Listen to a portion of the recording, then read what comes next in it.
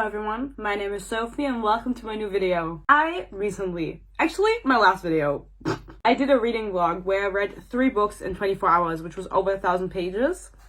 In that, I promised that I would do individual reviews about the books that I read. And so that's what we're doing today. Colleen Hoover needs to be stopped. Genuinely, like, I have never encountered a Colleen Hoover stan because that's just not my audience. That woman is crazy. There's a really good video essay on her. I don't remember by who.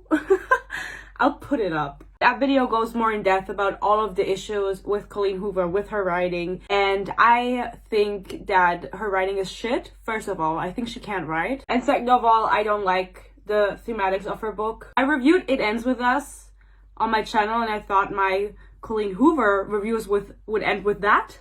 But they are not ending. I'm here and I'm talking more about it. I would like to say that Ugly Love is objectively really bad. The writing is shit. The story is shit. The main characters are stupid. I feel like I should give a little bit of an expose before I begin with my rant, because sometimes maybe people are gonna click and be like, oh my god, what is the book about? But I don't talk I talk about the whole plot. I don't know how to do a spoiler-free review. The first note that I took while I was reading was, she can't write for shit. If you want to see my live reactions to some of the scenes in this book, you can watch my last video, which was the reaction reading vlog, and I filmed them there, but let's talk about the rest, right? I should just start. I don't need to talk more about it. We know Colleen Hoover sucks. What floor? Oh no, you don't. I reach beside me and cover all the buttons on the panel with my hands to hide the illuminated 18th floor button. And then I press every single button between floors 10 and 18. He glances at the panel, confused. None of your business, I say. He laughs. He thinks I'm kidding. He arches his dark, thick eyebrow. It's a nice eyebrow. It's attached to a nice face, which is attached to a nice head, which is attached to a nice body. If I wrote like this, I would be clowned. Colleen Hoover is popular, and through being popular, she just takes herself the audacity, or how do you say? She thinks it's okay for her to write like shit. This is shit. This is not good. If I wrote like this, people would make fun of me. And since you're writing like this, and you're really successful, I'm making fun of you because that is not good writing. That is shit writing. Is there another word that I could use? We follow Tate, who is the main character. Well, there's 2 main characters. It's Tate. She moves in with her brother. I don't know what else she does. I don't think there's anything else she does. Does she have a work? She's a nurse, I think. Yeah? Maybe. Things happen to her because she is irrational. Okay?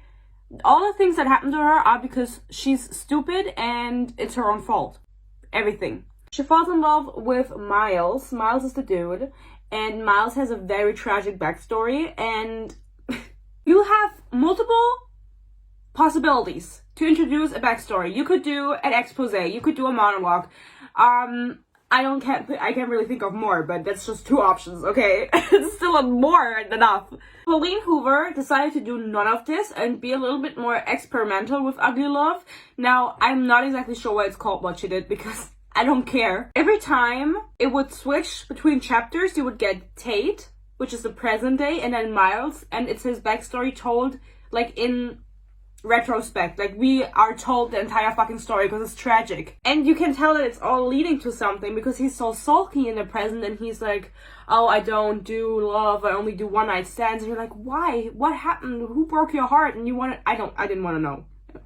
But I had to read the book. And so I would switch to his chapter and be like a throwback. And it was written in like a more poetical style. And now I'm not a poetry girl. I'm gonna be honest. German class in high school traumatized me. I don't give a fuck about poetry.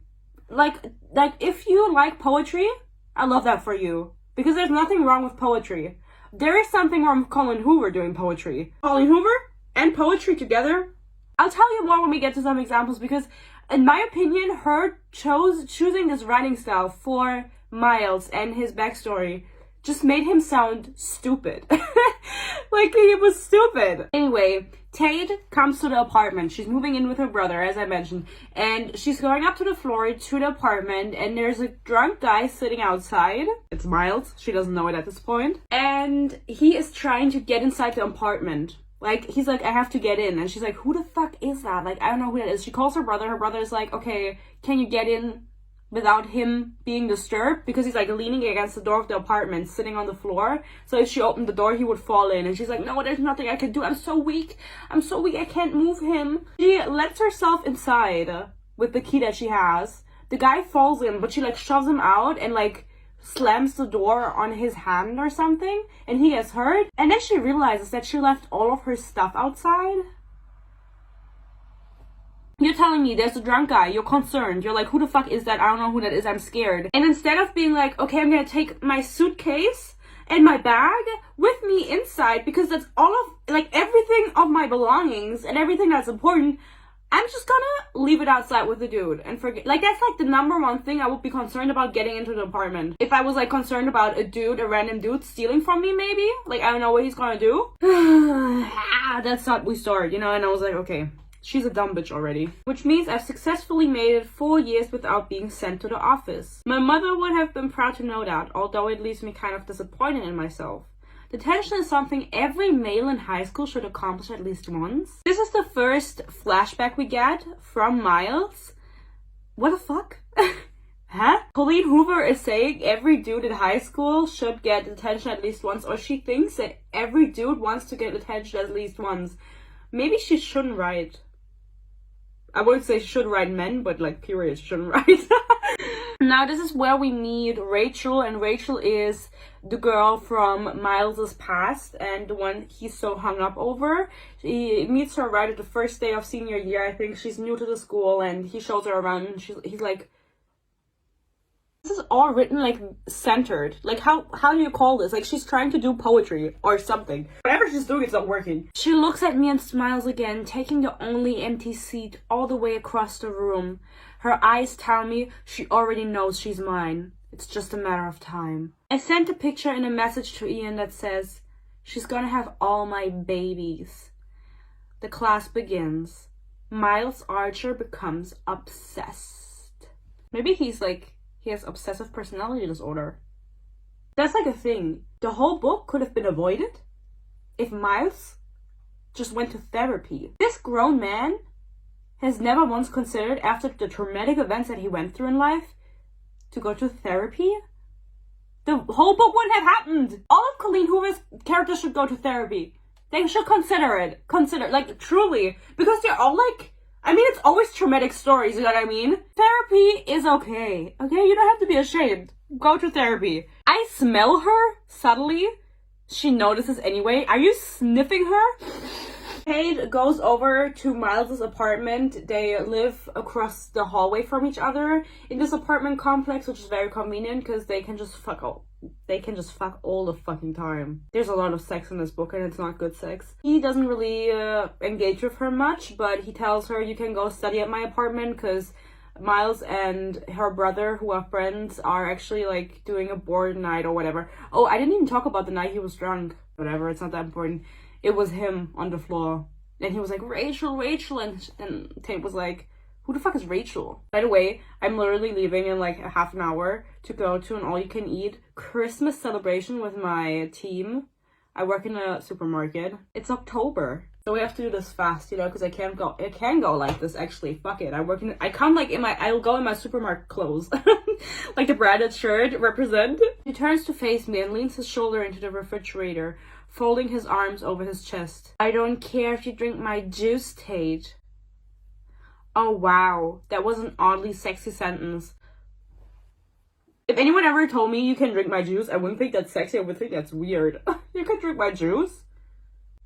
Your semen? There's like a dude in this book that's married, and he's in a friend group, and I don't really know why. Like, just tell him to not come in anymore. He's like the weird antagonist of the book, because he's like, you know, then he like gets physical with Tate at some point, and you're supposed to hate him because he's married and he wants to fuck other women too, and everyone hates him. I don't know why he's there. Have you ever heard of uninviting someone? They're like, oh yeah, we invited him once and now he always comes. Just say, don't come. I don't fall for acts, I say. Especially for acts like Dylan's. Good, he says. Good? Ha. Miles doesn't want me to like Dylan. I love that Miles doesn't want me to like Dylan. What is the sentence structure? I don't get it. I don't get the idea behind it. Can you write like a normal person? He's putting on a pilot's uniform. You're a pilot? I asked, somewhat perplexed. My voice makes me sound oddly impressed. Her brother is a pilot, and he has told her, hey, this apartment complex mostly consists of pilots. Why the fuck wouldn't your fucking neighbor who's best friends with your brother also be a pilot? What other occupation is he supposed to have? Like, put two and two together, okay? That's how I know Corbin. We were in flight school together, obviously. His shirt isn't buttoned. I'm staring at his stomach. Stop staring at his stomach. Oh my word. Just say, oh fuck. He has the V. Those beautiful indentions on men that run the length of their outer abdominal muscles, disappearing beneath their jeans as if the indentions are pointing to a secret bullseye. Girl, are we in 2012? I remember people being obsessed with V-lines, which is what it's called. I don't know why she says the V. Like it's like a big thing. It's V-lines, girl. Look it up. I don't know why we're making such a big deal out of that, because it's like not that deep, you know what I mean? It just means he's fit. And women can have them too. So why are we excluding the women from the V-line club? It's consuming me. My thoughts aren't thoughts anymore. My thoughts are Rachel. I can't fall in love with you, Rachel. I look at the sink. I want to look at Rachel. I breathe in air. I want to breathe in Rachel. I close my eyes. I only see Rachel. I wash my hands. I want to touch Rachel. Basically, they are step-siblings.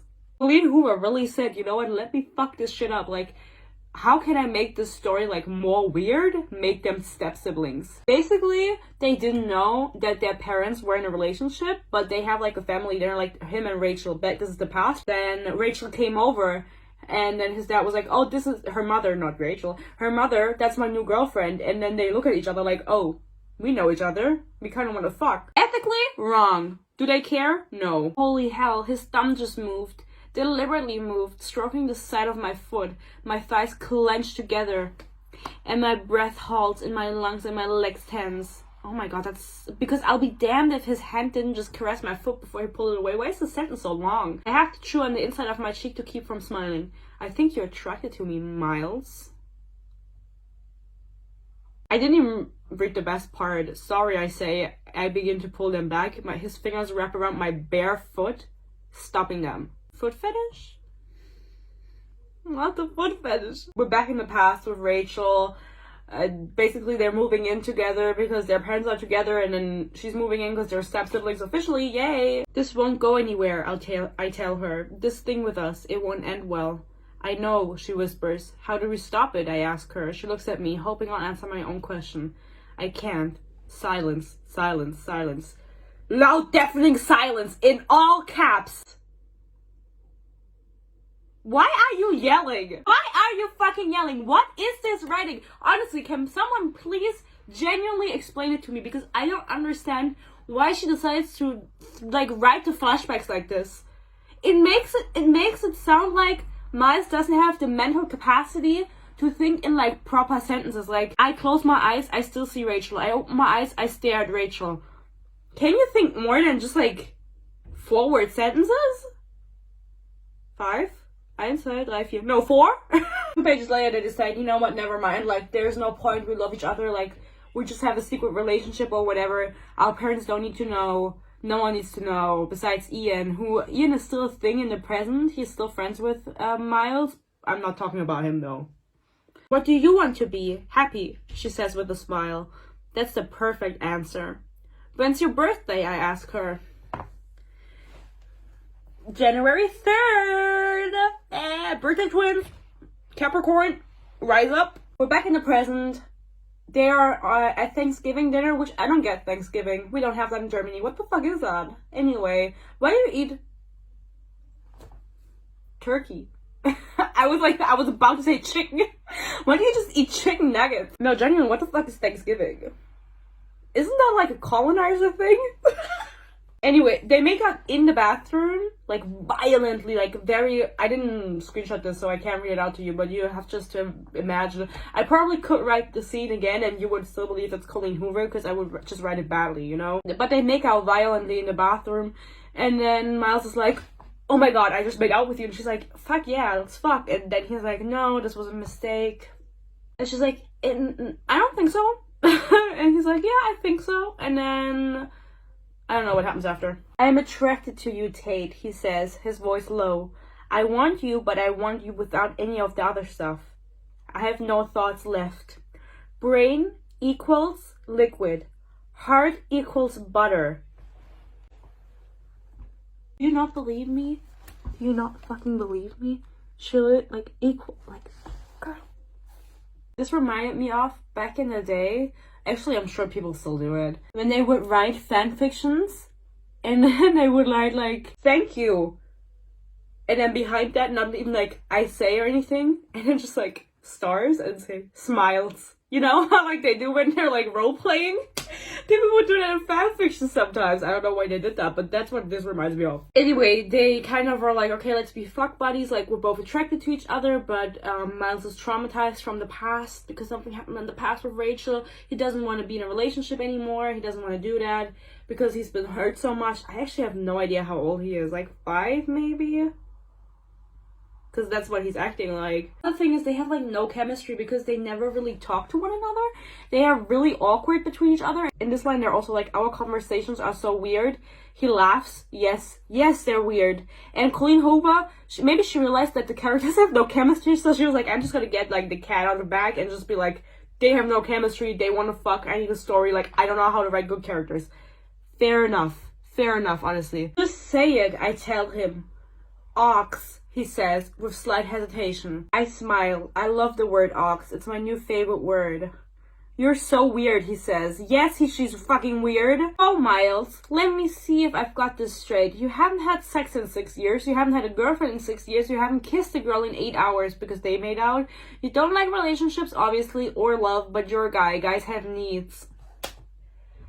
Oh, I hate conversations like that, guys. Honestly, what book did I read where they were like, guys have needs? What book did I read? These Hollow Vows. They were also talking about a guy's needs. I don't know why we're doing that, okay?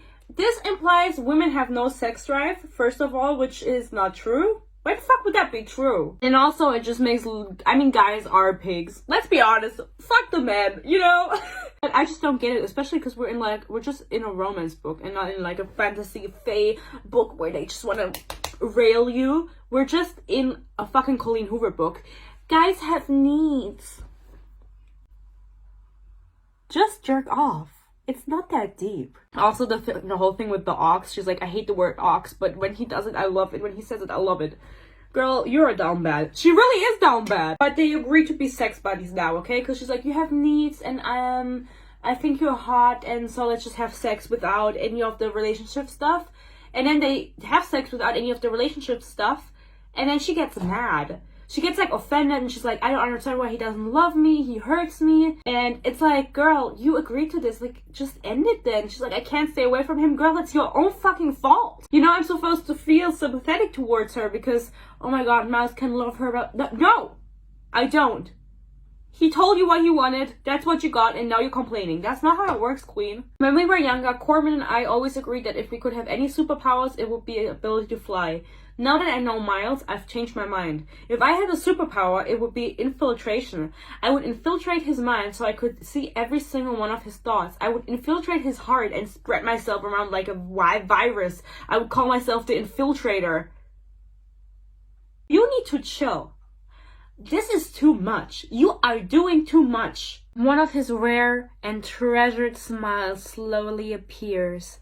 I'll buy you some candy then. She makes it a point to tell us that he never smiled. He rarely smiles. His smiles are so rare. He is like stone-faced all the time, but it's not true. I didn't count it, but he smiles so often. He smiles so often. I read so many lines where she said, he smiles. Why are you lying? You know what I mean? It's like, oh my god, he never smiles at anyone. He's such a tortured soul. No, he is not. He smiles on every other page. Yeah. Like, why are you trying to make it a point and then you just do the opposite? That's not how it works, girl. He takes my leg behind the knee with his right hand, and then his lips meet mine. He thrusts himself inside me so unexpectedly hard and fast, I practically scream into his mouth. He has an abnormally large cock. He doesn't stop to ask me if it hurts. He doesn't slow down. He pushes harder and deeper until there isn't any way we could possibly get any closer. It does hurt, but in the best possible way. Sex is not supposed to hurt. I will say time and then again, that's not okay. I am moaning into his mouth and he's groaning against my neck, which I don't know how that works because your lips are connected, but then he's against your neck. Anyway, maybe he has two lips. And his lips are everywhere, along with his hands. It's rough, it's cordial and heavy and hot, and it's not quiet at all. As fast I can tell by the tensing of his back beneath my hands that he was right. This won't take him long because he hasn't had sex in 6 years. He comes super fast and he's like, oh my god, sorry. He eats her out and she's never come. Honestly, I don't think he knows where the clit is, if I'm being honest. If he's only ever had sex with his high school girlfriend and now he's having sex with Tate, what are the odds that he knows where the clit is? Like, realistically, I don't think he knows where it is. They fuck again and he says to her, this is the best thing I've ever felt, to her, like, about her pussy. There's not much comparing to do. Why the fuck did he just throw Rachel under the bus like that anyway? I thought we loved Rachel. Back to the throwbacks. Rachel wants to sunbathe while she reads. I want to watch Rachel sunbathe while she reads. Shut the fuck up! Rachel is happy. I make Rachel happy. I make Rachel's life better. I'm back from the dinner. It was free though. The big thing in this book, or the big reason that Miles is so depressed, is because his girlfriend was pregnant. Rachel. Prego. The thing is, they had decided to not have sex because that would be crossing a line because they're step-siblings. And then they're like, you know what, fuck it. And then they just have violent sex in the shower, I think. That's like a interesting choice. Imagine I just came back from a fucking work dinner and now I'm sitting here talking about sex in the shower. What's my life? And she gets pregnant and then they're like, oh my god, I don't know what we're gonna do. And it's like, maybe abort it? Like, abortion is never an option. There's a scene where Miles comes to Rachel and he's like, here, I've laid everything out, like, this is what we can do. They're still in high school. If you have a baby in high school, you know what? You do you. If you want to carry it to full term, we're pro-choice here. But there was never even the idea of abortion being brought up, which I think would have been interesting to talk about, to navigate that topic, because it's something that seems very realistic for them. And I don't know what, I mean, they didn't do it because this is a fiction novel and we need a drama, but I mean, having a baby is drama. Sure. But you know, for me, I was waiting for him to say, or her to say, maybe we should abort it. Get rid of the fucking fetus. They didn't. I would have done it. Respectfully, get rid of that child. At last, they decide to keep it. Your body, your choice. But you didn't even think about it? It's because he was talking God 2 seconds beforehand. He was like, I didn't believe in God, and then I met you, I started believing in God. Okay, I get it. I get what you are, Colleen Hoover. You look pretty, Tate. I want to plaster those 4 words on a billboard and require myself to pass it on my drive to work every day. I would never take another day off work again. He just called you pretty. If I reacted like that every time someone called me pretty, I wouldn't be able to live normally anymore because people compliment me all the time. Literally, shut up. As much as I want to believe he's being sincere with his compliment, I frown down at the scrubs I've been wearing for 12 hours straight. I'm wearing Minnie Mouse scrubs. I've kind of always had a thing for Minnie Mouse. Isn't that like a child character? No, it's a character for children, but not a child. She's not a child. That's kind of weird, Kyle. No, Kyle? Why did I just call him Kyle? Where did that come from? Miles. He does give Kyle vibes though. Fucking Kyle. That is kind of random, but I think this whole video is so. In Germany, if you order a Coca-Cola, you say, I would please have a cola. Oh my god, the fact that I have this here. I have props for the video. You say, I want a cola. Okay? And as far as I'm concerned, in the US or any English-speaking country, if you want Coca-Cola, you don't say, I want a Coca-Cola, please. Even though the woman I was sitting next to today, I was like, I want Cola Zero, please, because that's what she said. And then she goes, I want a Coca-Cola.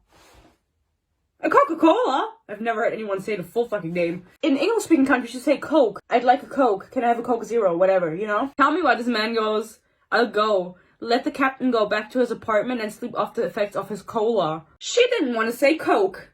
Sleep off the effects of Coke. That's the whole reason she did that, no? Because, like, that's not natural. I thought it was funny. Should have said, oh, he took coke? We know what you mean. He returns his hands to his pockets, shifting his gaze from the light overhead back to me. For real? Be frickin' for real. A laugh escapes. No. Miles smiles. That rhymes. We both turn at the same time to head back towards the hospital. I found myself using the lull in our conversation to construct a really bad poem in my head. Miles smiles for no one else. Miles only smiles for me. This bitch is like mentally 15. You can't tell anyone that, especially not me. First of all, this poetry is bad. But, story time. In my German class, I don't know what we were talking about, but we were talking about poetry in a certain era. And then we were writing a test. Surprise test. She was like, surprise, we're writing a test. I was like, fuck, I didn't do anything. And then she was like, you should compose a poetry. Poetry. You should compose a poem that follows the rules of, like, an example poem that we had read the class period earlier. I was the only one with full marks on that test. No, I will not read it out to you. It's very embarrassing. It's not even good. It doesn't even fucking rhyme. It's just supposed to be a dramatic, like, 4-line poem. And I got an A+. I know a thing or two about poetry, even though I don't care about poetry at fucking all. What the fuck is this? I just realized I'm not really talking about the plot, but the thing is, this is where I don't really read romance. There isn't really a plot. What the fuck is the plot in a contemporary book? Be fucking for real. I'm gonna start saying that. No, but genuinely, there is no plot. The plot is Miles and Tate have casual sex. Tate keeps thinking, oh my god, I want him to be my boyfriend.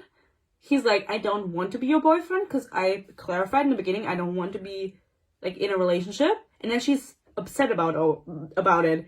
And they have, like, dates, and they hang out, and she gets upset, and they fight, and then they fuck again. That's the whole plot. That's all that's going on. Thus far. I'm using big words. At this point, remember how I told you there was like one friend who was married and no one really likes him, so I don't know why they just uninvite him. It comes up at some point where she's like, why don't you uninvite him? And then they're like, we can't, but you're grown men. The married dude who doesn't love his wife and fucks around approaches Tate in the kitchen in her brother's apartment, and he tries to like make a move on her and touch her inappropriately. She's not down for it. She's not a homewrecker. Kyle sees this. Who's Miles? I'm just gonna call him Kyle, because why the fuck not? Kyle sees this, and I bet there's a Colleen Hoover character called Kyle. I bet. I'm not gonna look it up though, I don't care enough. And then he's like, keep your hands off of Tate, that's your friend's sister, blah blah blah. Where's your wife? And then he's like, she's not home for another 4 hours. I'm like, okay, damn. Men really are shit. I want to say trash. My brain is all over the fucking place. I didn't know it could... Sorry. I didn't know it could be this intense, this raw, this animalistic. I lower my face and press my cheek against the table.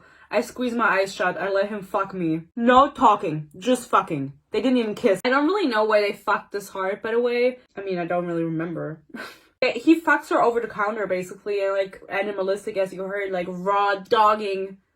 Oh, yeah! Oh my god, I was making a joke, but that's the reason. He fucked her without a condom because they've been so careful using a condom, and that's, you know, because he got his first girlfriend pregnant, and so he didn't want it to happen again. And then they really wanted to fuck, and she's like, chill, I'm on birth control.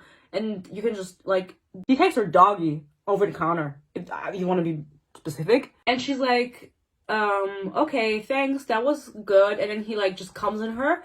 And this is like a monumental moment for him. Like, he gets depressed afterwards or whatever. And then he just leaves. Like, he fucks her over the counter and he just leaves. And she gets so offended by this. She's like, no cuddles? But yeah, they just have issues after that because that was such a big thing for him. And he's been a little bitch the whole time, okay? He's really not been nice. Well, he's been nice, but he's just been like, I like you. And I think you're attractive. I'm just scared to be in a like, I don't want to be in a relationship. She doesn't know about his past at this point. Doesn't know anything, and he's not telling her, and he's just like in his head. Again, I said this whole thing could have been solved if he just went to therapy. He did not. Why are men so against therapy? It would solve a lot of problems. There's an old man operating the elevator, and he's like the side character, best friend side character, and so she goes to speak with him because he knows like everyone's business. Have I told you my favorite joke yet? Cap asks. I shake my head and grab another tissue from the box in his hand, relieved at the change in subject. Knock knock, he says. I didn't expect his favorite joke to be a knock knock joke, but I play along. Who's there? Interrupting cow, he says. Interrupt. Moo! He yells loudly, cutting me off. I stare at him, then I laugh. I laughed harder than I've laughed in a long damn time. How the fuck am I supposed to keep doing this, guys? That is not fucking funny. I think Colleen Hoover has the shittiest sense of humor. I shouldn't be so fucking mean. I just don't want to do this anymore, honestly. Like, can I please read a good book at some point? Honestly, the thing with Colleen Hoover is personal. I don't really feel bad about going hard on her because she's really a shit person. Kind of like Cassandra Clare, but no hate. Actually, yeah, she writes about incest. That's kind of weird. I'm a fool. At least I'm a self-aware fool. I unbutton his jeans and he unfastens my bra. And before we're even in my bedroom, my shirt is off. Our mouths never separate as he shuts my door, then yanks off my bra. He pushes me onto the bed and pulls off my jeans, then stands and removes his own. It's a race.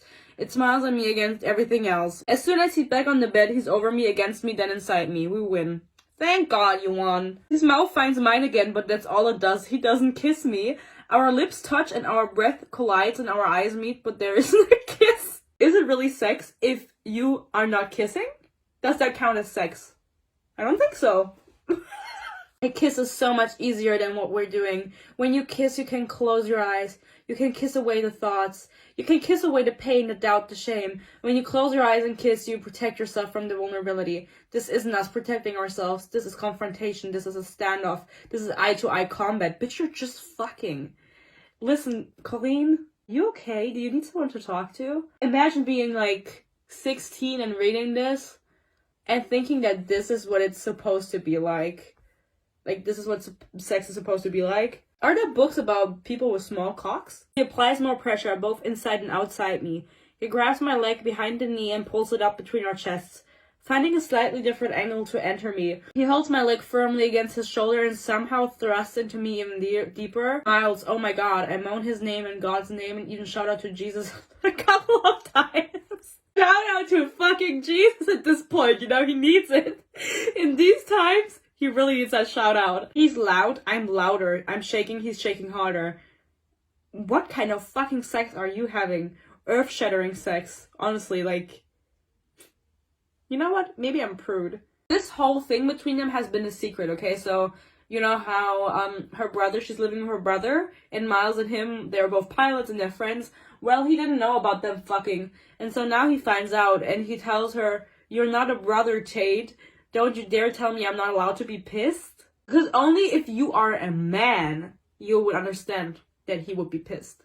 Only if you are a man, because she doesn't understand, because she's a woman. Women are just inferior and stupid. I think men should rule the world. Oh, they already are perfect. Keep going. Every single one of his admissions should be a red flag, since they were all also coupled with the hard truth that he doesn't plan on loving me or having a relationship with me. But the red flag doesn't rise. The green one does. You are mentally insane. Imagine thinking, oh my God, this is such a red flag. No, it's green. Be fucking for real. I love saying that, actually. He just tells her that he doesn't want a relationship, which they've already been over multiple times. She's like, well, this should be a red flag. He doesn't ever want the future with me. Oh, actually, it's green. Why? She doesn't know either. She just really loves his cock and shit, so... I mean, do I have to talk about that more? It's stupid, and I think Tate is stupid. She's a stupid main character. She's no fun, because she's delusional. She is childish.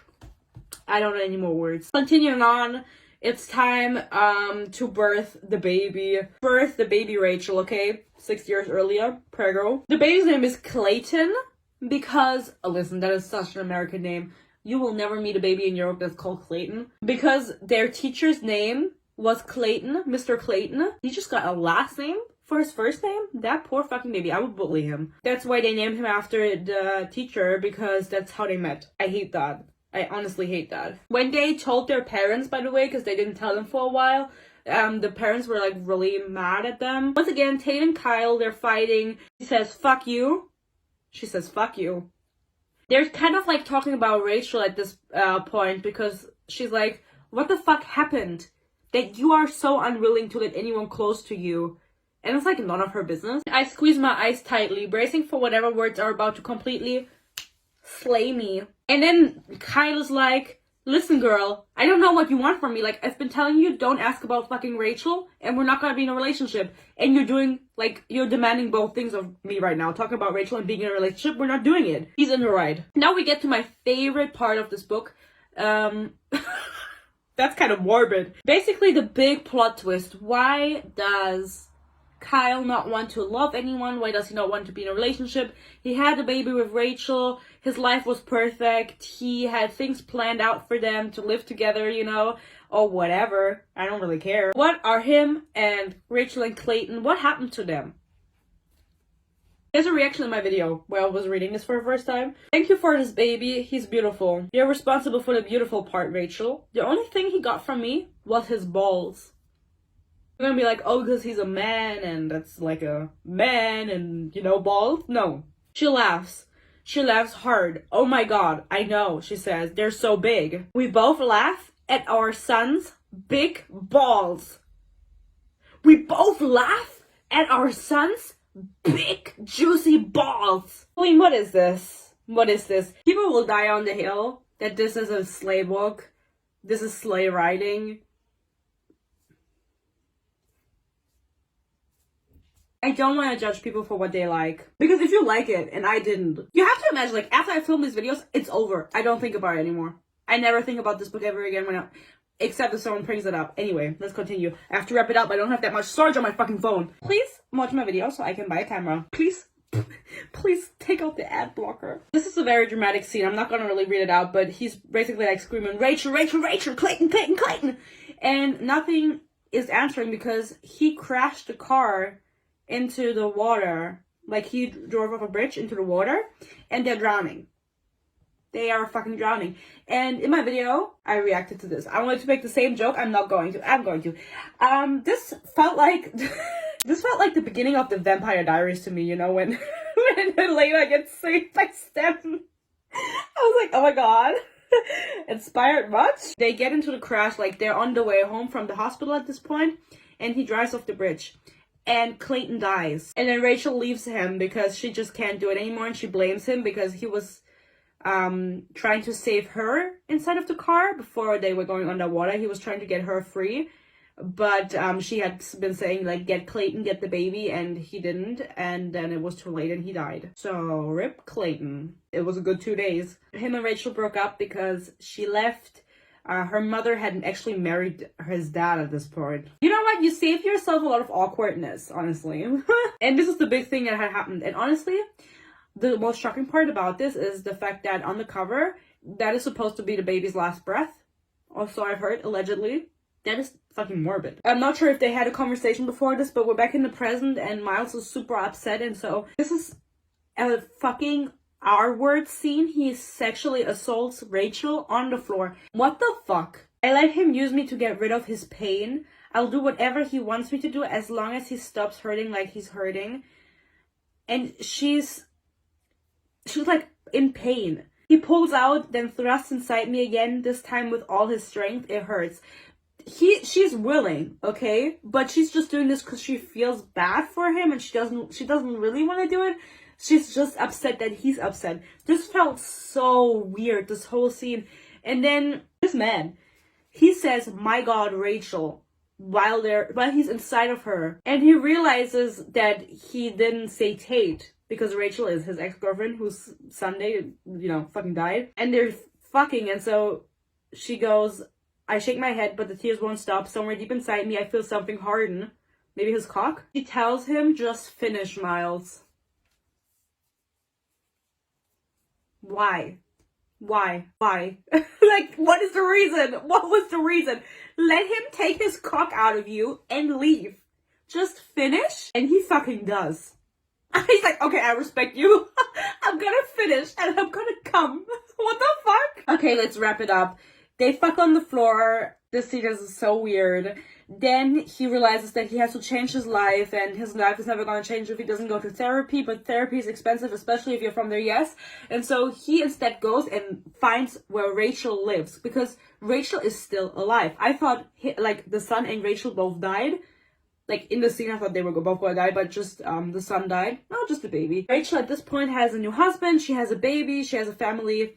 And so in all those 6 years, like, Kyle never tried to contact her, and so he goes to visit her and kind of make peace with his past.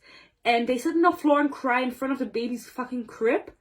And then he goes back to Tate and he's like, I'm sorry, let's be in a relationship, and they end up together after all of that. And that's ugly love for you. And then I think the last line is like, you have to go through the ugly love to find the good love. What kind of fucking message is that? You don't have to go through that to find your true love. You don't. Just leave. If this happens to you, leave. That man is mentally insane and not capable of, like, ever making you happy.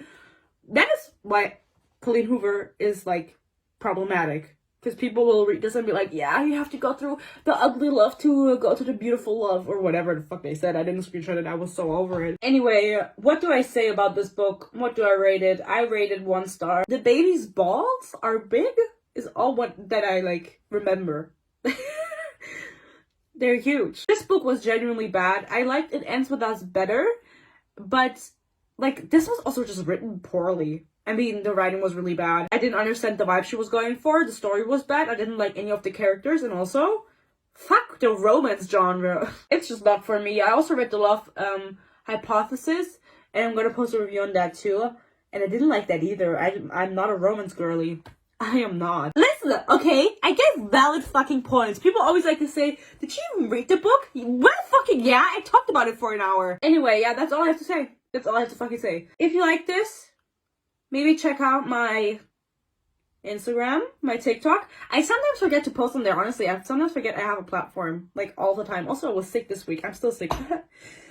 Sick of this shit. I always make that joke when I'm sick. Ugh, whatever. It's funny. Funnier than anything Colleen Hoover writes. Please watch the ads so I can buy a camera.